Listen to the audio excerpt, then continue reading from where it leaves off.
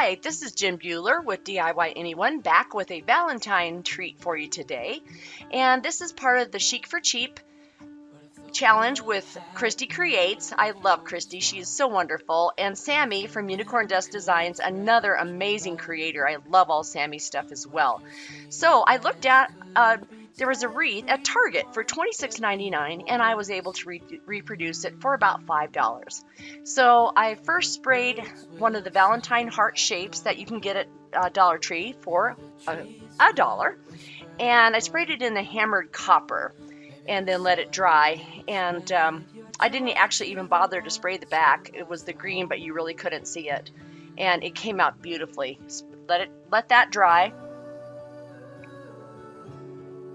And then I thought about using this other wreath inside of it to make it a little wider or a little more substantial. But that heart was just not the right size, so I didn't do that. So I set it aside, but it was a thought. All right, so then I just took this pipberry. It's a 9-foot garland that you can get at Dollar Tree. I'm not sure if they have those now or if it's just at Christmas time, but I did stock up with those. And it's just very easy to just wrap it around. You can see that copper color is just so pretty. And then we're just going to wrap, get that done. And once that's done, and actually the 9-foot went around absolutely perfectly, kind of oddly, if you can believe it. Because, I'm putting a bow there, so it doesn't have to be super thick where the bow is. And so as it is there, I got some critiques from my clan, and they said to add some more pip berries. So I ended up adding more pip berries, so it was a little thicker with the pip berries, if you will. And they're just so pretty. So this is a piece of burlap that I have that's got a lot of French stuff on it.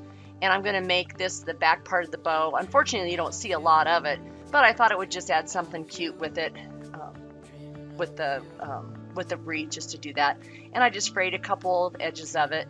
And as you know, with burlap, it's very easy to fray. So just be careful you fray what you really want to. All right. And then what we're going to do is just crimp that bow together. And I did not do any tails with this particular bow. I thought it would just be too much, so I just used that as the backing, and then you can see kind of what I did with that. Then we had some red burlap from Dollar Tree. Can you believe that? That came from, I don't even remember. It's usually in the garden section is where the burlap is, and you just kind of have to watch. And I just basically have grabbed one of each color that I see, just so that when I'm ready to use it, I've got it. And then I'm just going to make a standard bow. I'm going to do 4 loops and make it where it's a little bit smaller than the other burlap. And then I did it a little differently. At the very end, I did my loop for the center, as you call it, the button. And I usually don't do it that way, but I thought I'd try it, and it actually worked out quite well. So you can just see, you just twist that at the very end, and then you have that nice loop to put your cable tie through. I'm now a cable tie convert. I used to use chenille stems all the time, and now I'm just like, nah, those cable ties are pretty slick, and they make it so tight, and they're so wonderful. So I just like to use those, and those are from Dollar Tree as well. I have had every now and then where the cable tie does not actually pull correctly, so you kind of it's hit and miss with that, but I would say it's only been a couple that I've had in this package, so it hasn't been terrible. And there I'm on the struggle bus there for you, and trying to get that to push through.